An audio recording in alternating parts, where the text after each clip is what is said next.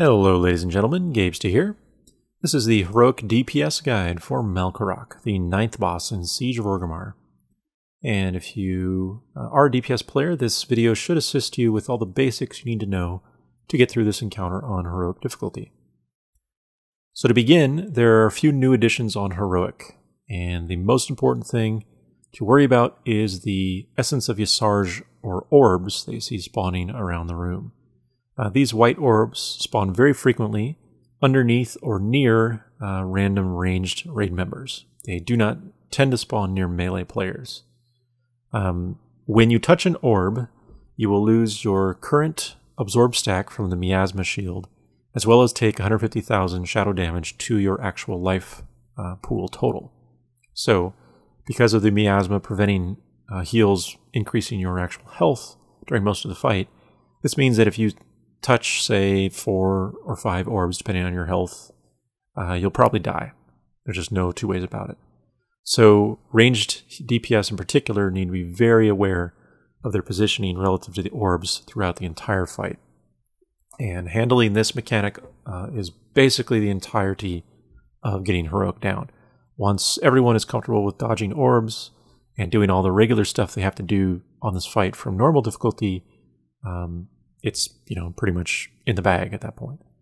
So, watch the orbs spawning underneath you at all times, move when needed to get out of them, and try not to touch them, especially when you're about to soak up a puddle, or otherwise take, other damage somewhere. The second addition on Heroic is Living Corruption spawns. So you can see one in the center of the room there, and these will spawn when a random ranged player gets targeted by Seismic Slam and is knocked into the air. Basically, the corruption spawns at your current location, and after a few seconds, it will start to move around and has normal threat table and all that stuff. Now, the corruption themselves have pretty low health, but more importantly, they're not very dangerous in their own right.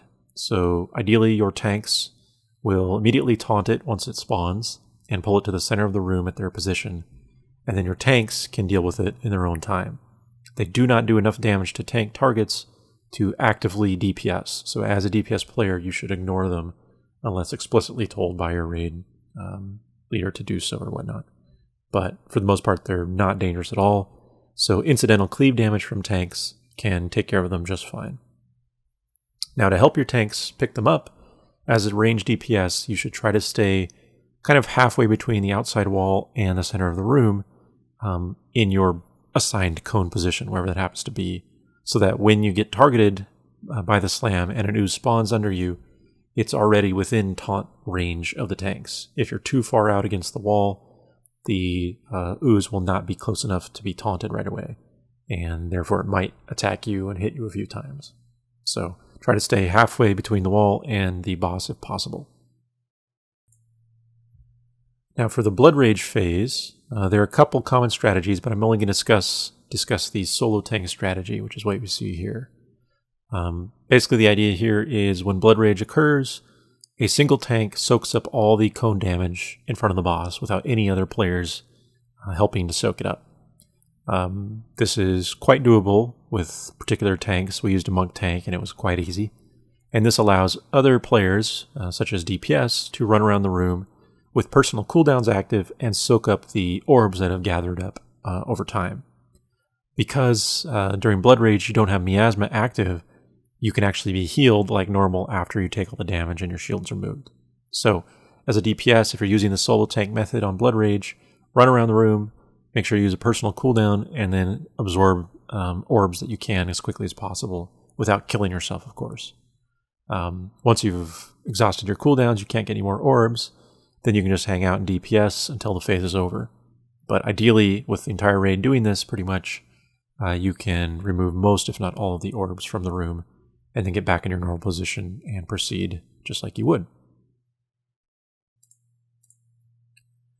So if you're using a stack method for Blood Rage, where the entire raid is stacked in front of the boss, in addition to not being able to soak up the orbs during this period, the main thing to concern yourself with as a DPS is if you get the Displaced Energy debuff on you.